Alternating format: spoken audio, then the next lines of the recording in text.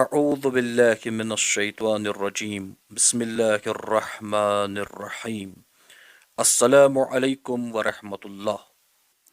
The pertinent question whether man is a product of movement or he propels movement has for quite some times been itching the human mind, and several schools of thought have points to argue in favor and against.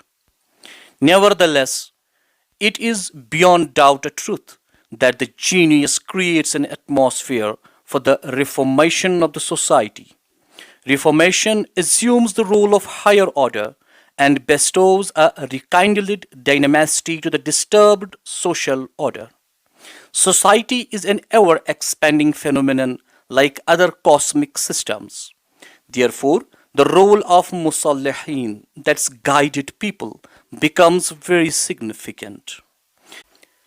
The Islamic movement and the untiring struggles of the Iranian people, led by the great Islamic scholar and the pious politician Hazrat Imam Khomeini, is considered a turning point in the history of 20th century Islamic world. The victory of the Islamic Revolution, unarguably the greatest event, collapsed the most significant, secure, and trusted base of American imperialism in the Middle East and established the rule of Islam away from the influence of East and West in Islamic Iran.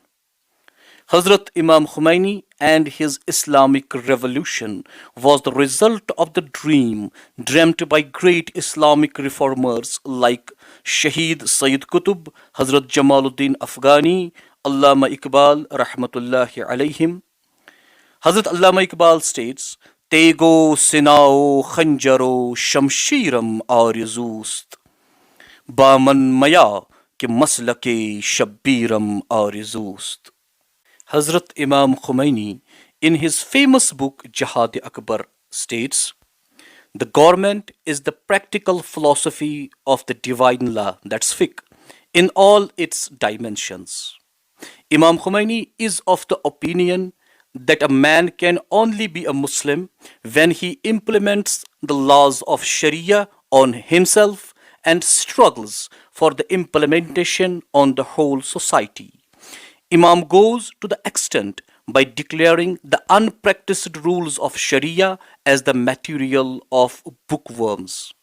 Imam Khomeini's view on the essentiality and requirement of Islamic government appears first time during his exile in the city of Najaf when he gave a series of 19 lectures in 1970. These lectures were later on compiled under the title Velayat Faqih or Hukumat Islamiyya. The book contains a separate topic under the heading Importance of Islamic Government.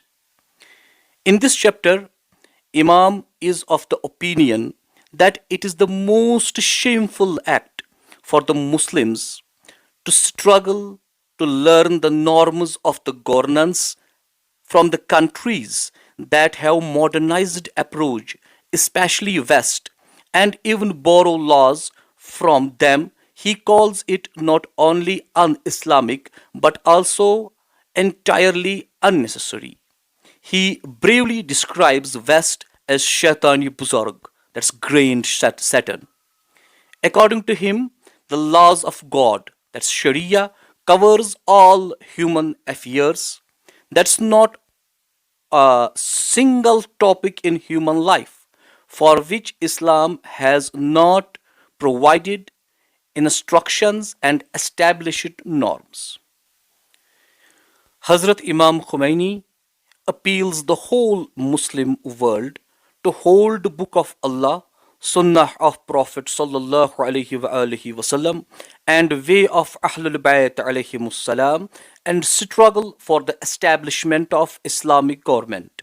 He states, Ay Musalmanan jahan, chara bedar nami shavad, Khudawand shuma اصول انتظامیہ مکمل و باقاعدہ حکومت برای شما فراہم کرده است پس کرا انتظار می کشید چرا مغلوب مندن گوار است نه که غالب O Muslims of the world, why are you not awakening?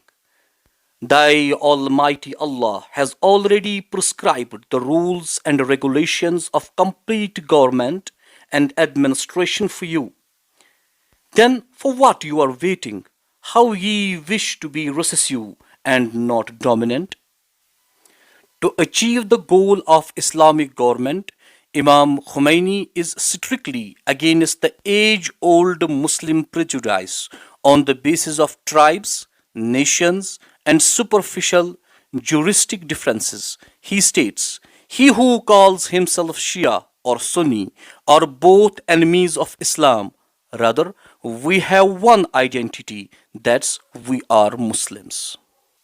Wassalamu alaikum wa rahmatullah wa ma alayna illa al-bala.